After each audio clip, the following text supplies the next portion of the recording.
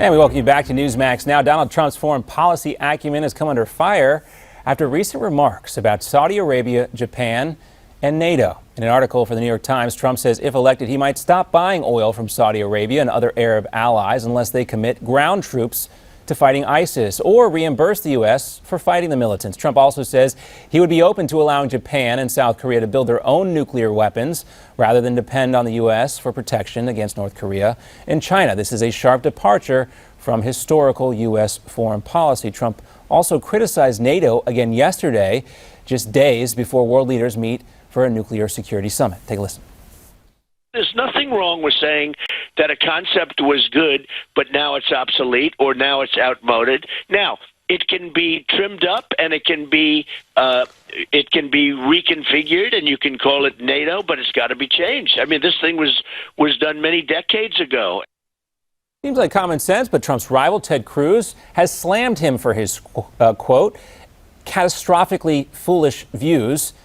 Cruz Trump's are always a little bit of a mouthful, claiming Trump is out of his depth. For more on this, let's welcome in today's guest, Pete Hoekstra, the former chairman of the House Intelligence Committee.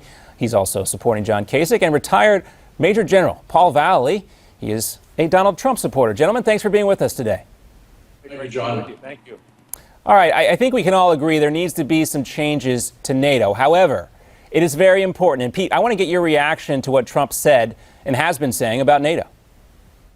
I think Donald Trump is fine. I mean, the real problem here on foreign policy is what this administration has done in Iran, Iraq, Egypt, Libya, and Syria. That's really the catastrophic foreign policy that's been in place. What Donald Trump was saying about renegotiating some of the aspects of NATO, actually asking some of these countries to carry their full weight, or at least a little bit more of the weight in terms of keeping the West and Western civilization free and safe, that's not an unreasonable request.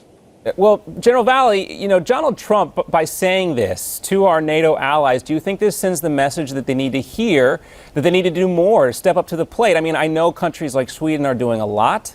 There's also some concerns about what Russia is doing to some of our other Eastern European, but an attack on any NATO ally is an attack on all NATO allies.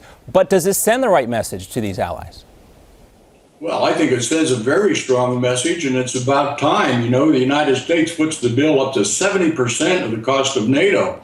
Now, they haven't changed in their modus operandi for years, and they're put together as a unifying treaty organization, but yet they've done nothing operationally or functionally to conduct any kind of warfare against ISIS and the threats out there today.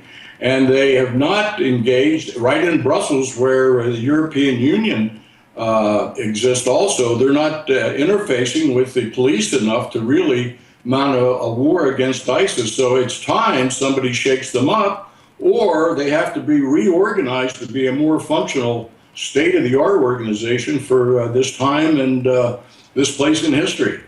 You know, I always think about this when anytime, unfortunately, a report comes out of Afghanistan about casualties in that country, it is always reported first that NATO troops have been hit. And then it always turns out that those NATO troops are all Americans. It's almost never involving any other foreign troops. And that just goes to show you how much more the United States does for NATO than any other country. But I want to move on to a Politico interview that happened recently. General Michael Hayden, who's a friend of the program, a friend of Newsmax, the former CIA director, was asked about Donald Trump and his stability when it comes to national security matters. Here is what General Hayden had to say. Donald Trump. Why? Because I view his current statements as erratic. And I guess answering your question with Mr. Trump's name, simply because I just don't know what it is he's going to do. And that was Politico's Glenn Thrush asking General Hayden who is more dangerous to him, Donald Trump or Hillary Clinton. He answered Donald Trump. General Vallely, what is your reaction to what General Hayden had to say? Well, I know Mike Hayden very well, and I don't agree with him because I know, number one, Trump will bring in some very competent and functional individuals into the administration, into the CIA, into the Defense Department, into the National Security Council, but he's good at that. He knows how to pick good and competent people, but he also knows how to fire those that aren't competent. So I have a lot of confidence that he'll bring the right people in to form the best national security team that we need for the future to protect America. And what about you, Pete? What do you think about what General Hayden had to say? Well, I think, General Hayden, he was comparing Kasich, Cruz, and Donald Trump. And, he indicated that, hey, John Kasich is probably the most ready on day one. And absolutely, John's had 18 years on the Armed Services Committee, has traveled around the world. He's very familiar with these issues. Donald Trump is new to the political game. He's working through this process. But I agree with Paul. If Donald Trump becomes our next president, we'll bring around him competent advisors that will help him shape the foreign policy of the United States of America to keep us safe. And if Paul is one of those folks, that's a good start. So, again, I think Republican candidates, there's probably less light between the candidates than what the media is trying to portray. And the real light is between all of the Republican candidates recognize the threat from ISIS and radical jihadists. This president still can't even say the words. Now, gentlemen, does any of this discussion remind you of what some of the things were said about Ronald Reagan before he became the commander-in-chief? He's an actor, he's a governor from California, doesn't have much foreign policy experience. General, first to you.